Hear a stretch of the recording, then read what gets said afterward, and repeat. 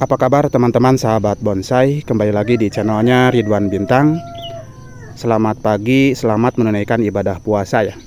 Nah, kali ini saya akan berbagi proses dokumentasi dan mudah-mudahan ini bisa menginspirasi ya. Saya akan menanam bahan bonsai sancang dengan cara di setek ya. Nah, di sini barusan saya sudah membersihkan lahan nanti untuk berbudidaya ya, untuk menanam bahan bonsai sancang. Nah, di sini saya sudah membuat pemancang ya. Nah, buat apa nanti pemancang ini?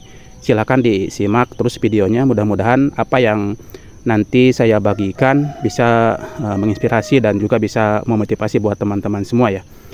Nah, dan bahan yang nanti akan saya tanam setek di sini, bahannya sebelumnya saya sudah melakukan pengeratan ya. Artinya, jadi yang akan saya setek di sini nanti dari bahan batang sancang yang kurang lebih besarnya sebesar 1000 jari ya. Namun sebelumnya sudah saya lakukan pengeratan ataupun cangkok angin ya. Jadi nanti untuk persentase pertumbuhannya insya Allah lebih besar ya ketimbang kita langsung di setek ya. Oke, disimak saja videonya. Mudah-mudahan apa yang saya share ini bisa menginspirasi buat teman-teman semua ya. Oke.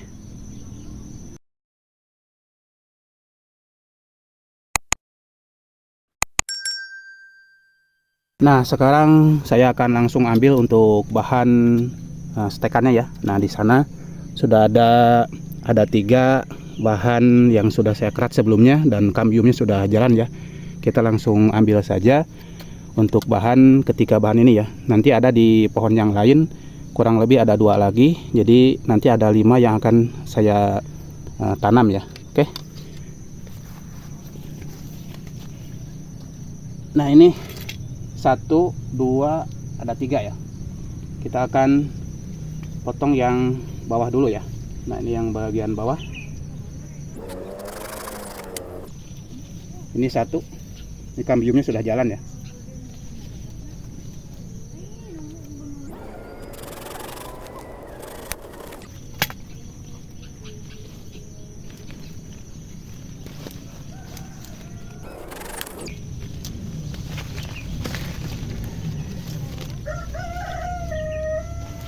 Kita lanjut ke bahan yang lain, teman-teman. Nah, di sana, teman-teman, ada 2 bahan lagi ya. Kita akan potong, kita ambil dari bahan yang ada di sana ya.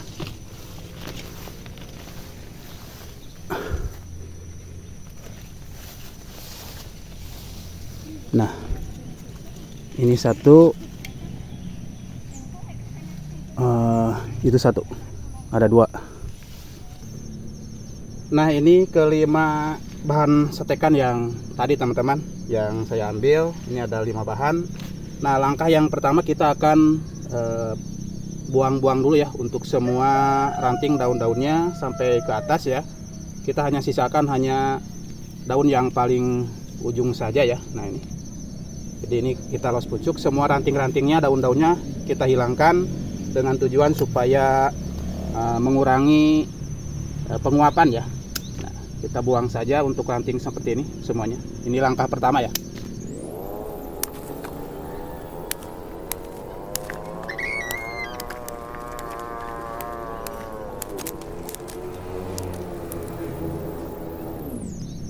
Selanjutnya ini bagian bawahnya.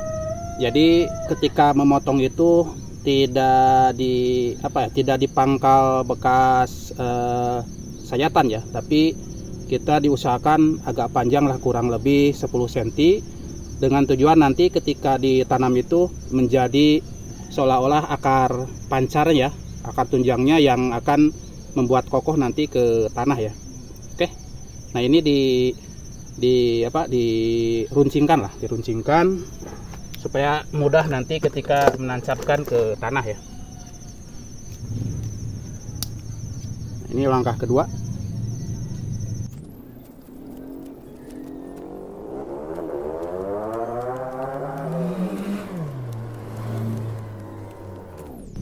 Oke. Nah, jadi prosesnya untuk semua bahan kita buang untuk ranting-rantingnya, sisakan bagian ujung, dan nanti bagian bawahnya diruncingkan seperti ini ya. Jadi prosesnya sama ya. Kita akan lanjut saja ke proses yang ketiga ya. Kita mempersiapkan untuk alasnya. Kita gunakan berkas karpet talang ya.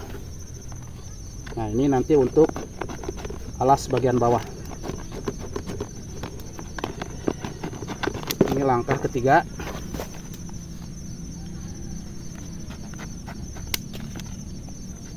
Mau dibuat bulat silahkan, tidak juga gak apa-apa.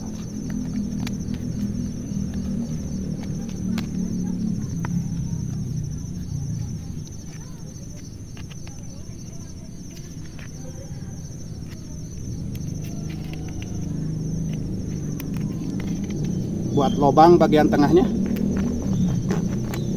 Nah, buat nanti ini kita masukkan seperti ini. Nah, ini langkah ketiga. Langkah terakhir kita akan langsung persiapan di lahan tempat menanamnya ya. Oke. Jadi untuk semua bahan prosesnya sama ya, tidak saya dokumentasikan, sama proses seperti ini. Yang pertama kita bersihkan bagian ranting-rantingnya, daunnya, sisakan hanya yang paling atas. Yang kedua kita bersihkan dan runcingkan bagian bawahnya, lalu kita kasih alas seperti ini ya. Oke, kita langsung ke tempat penanaman. Langkah selanjutnya kita melakukan penanaman di sini ya teman-teman.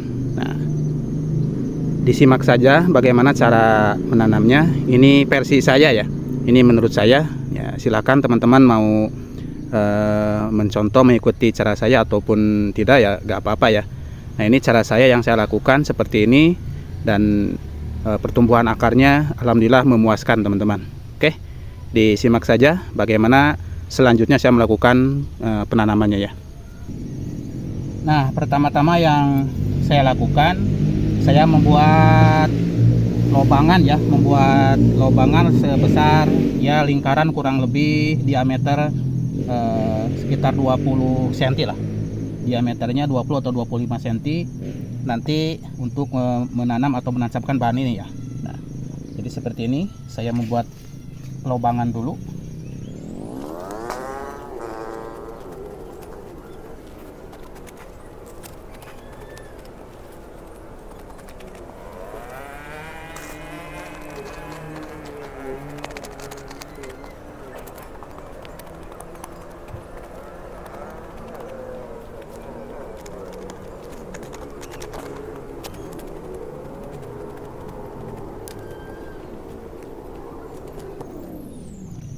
Nah, jadi lobangannya agak cekung seperti ini ya. Jadi bagian tengahnya agak ke atas, lalu bagian pinggirnya di apa ya, agak diperdalam ya untuk untuk bagian bawahnya. Oke, dilanjut. Nah, selanjutnya setelah seperti ini ya, tinggal kita tancapkan bahannya di bagian tengah-tengah ini.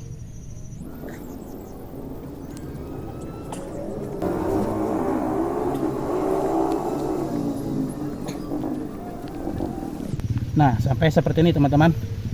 Jadi fungsi dari karpet ini, nah ini untuk talang ya, untuk nanti biar si akar ketika tumbuh itu tidak langsung tumbuh nembus ke bawah ya. Jadi nanti akarnya akan menyamping. Selanjutnya media yang saya gunakan, nah ini saya sudah membawa kokopit ya. Jadi untuk media yang mengelilingi pohonnya kita gunakan kokopit seperti ini.